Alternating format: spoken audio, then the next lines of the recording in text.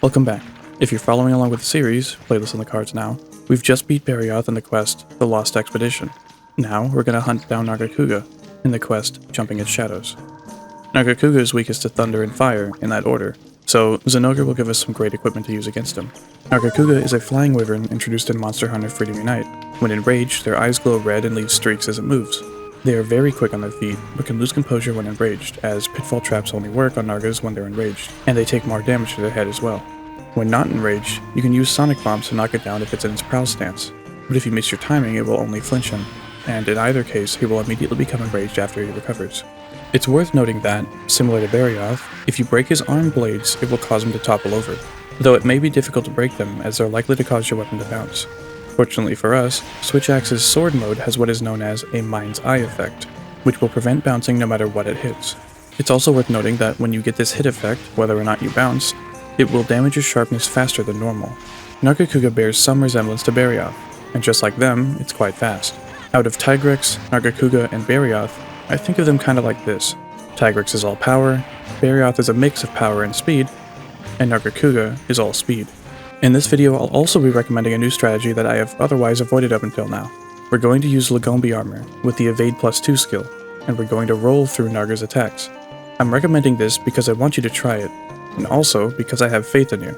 Try not to get discouraged, though I know it might be a lot to take in if you're not used to it just yet, but give it an honest try because you may find that you like it a lot. Don't worry, I'll be going into detail about when and how to roll through attacks. It's worth noting that most of his attacks can be rolled through without Evade +2. Narga is actually one of the better monsters for this, because he's so fast, and he can be great practice too. For those of you who don't want to roll through attacks, I'll think of something else and make a separate video showing how to hunt it without relying on evasion. Now, let's take a look at what attacks Nargacuga will throw at us.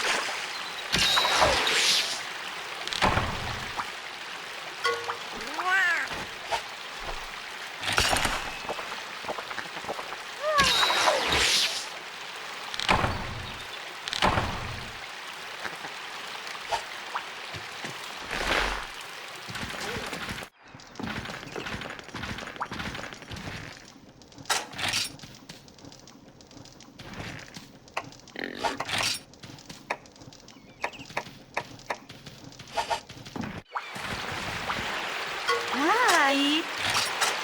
まあまあ、もうそうなるもの。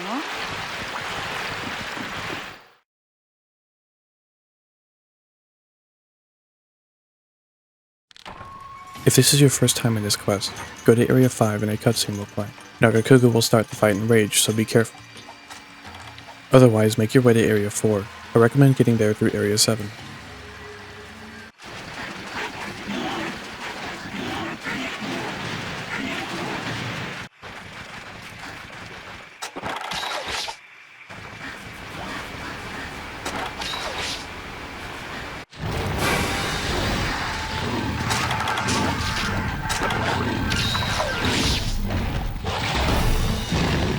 As we are using an evasion set of armor, I will be evading through many of Nargacuga's attacks.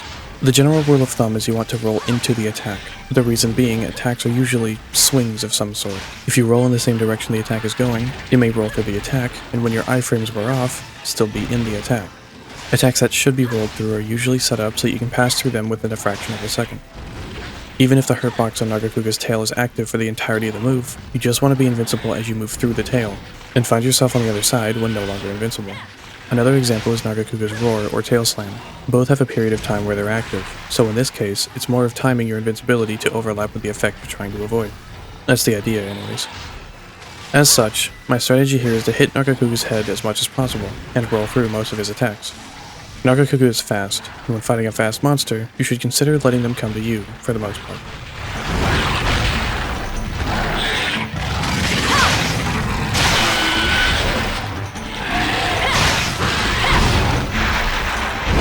Whenever Nargacuga side hops close to you, you need to assume he'll do an instant pounce.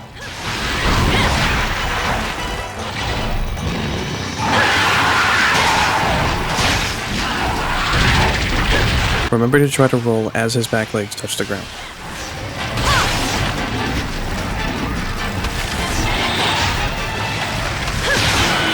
This reload would have been slick, but it's not a good time to do it. It's worth noting that the downward axe chop has a pretty high motion value though. It's not all about the sword mode, just mostly.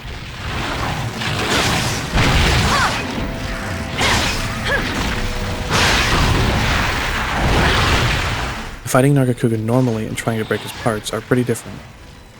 If you're trying to cut off his tail, and you want to do that if you're trying to get a Narga marrow, the fight will take a lot longer. There are some pretty big openings for hitting his tail, like his tail slam, but for the most part you have to run around a lot and look for an opening. If you farm for the marrow, to make the full armor set and or a weapon, I highly recommend that you capture Narga as well. You'll need all the chance that you can get.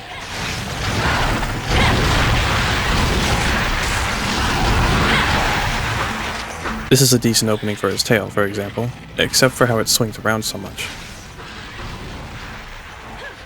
Notice I rolled there, anticipating an instant pounce. I'm not rolling off of reaction, I'm doing it off pure timing.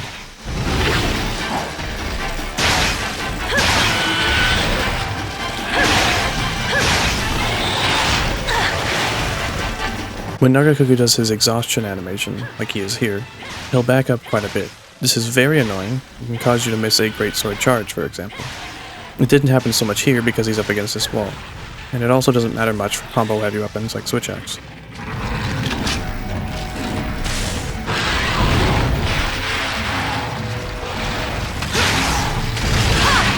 Remember to buff, heal, and sharpen before changing zones. But, actually, the Ragi complicate things. I sharpened in Area 4 because the Ragi were still being scared off from Narga. Once he leaves, the Ragi will start attacking me. Because we're moving just one area, and I can get there before Nargacuga is fully ready to fight me, and it's gonna find food anyways, I choose to heal in this area. This is a very small optimization, but it's worth noting. My current plan, now that he's exhausted, is to try and break his wing blades to give me a bigger opening. Also worth noting, I unfortunately interrupted his eating animation by killing that Kelby that was standing completely still. Bit of a misplay, but that's okay.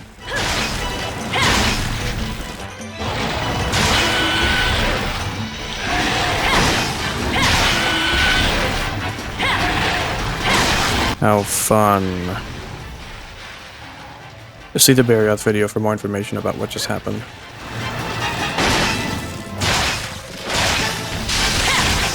When exhausted, he'll do this animation when he's done being exhausted, and he'll likely immediately become enraged right after.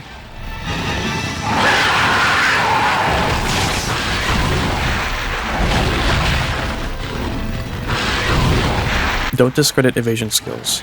They can be more valuable than damage skills for a similar reason that makes Lance good. If you can always be right next to a monster, safely, then you can smack the crap out of them while you are. And that's what we call a DPS increase. Ah, there we go.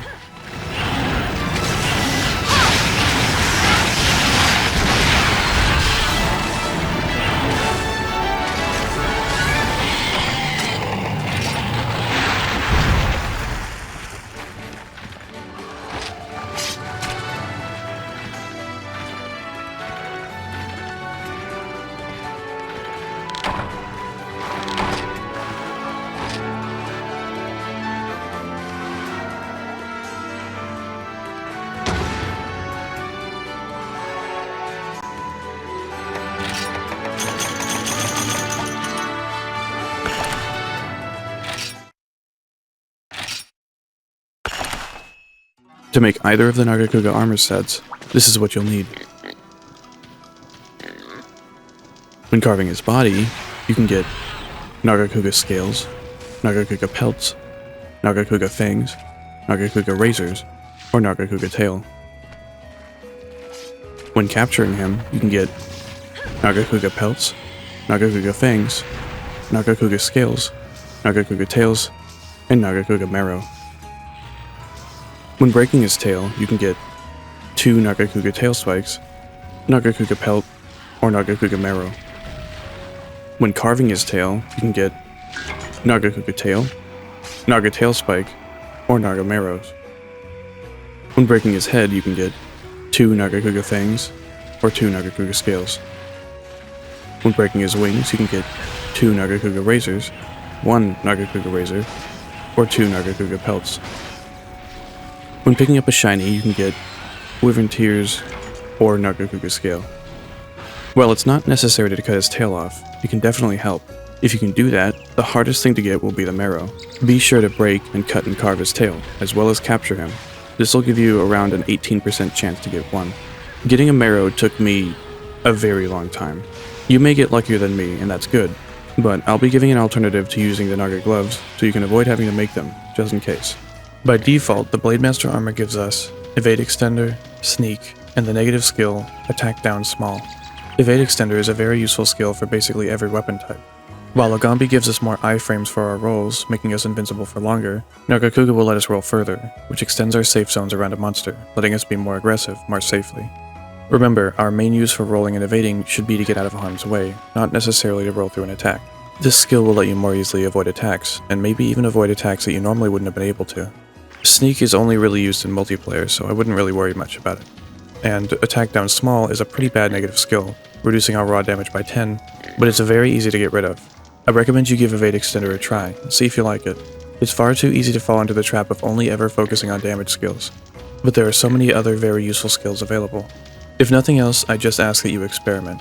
But don't ignore skills just because they're not making the number go up. Evade Extender can be used not only for getting away from a monster, but also getting close to one. You can be a lot more aggressive with your weapon out because you can cover more distance.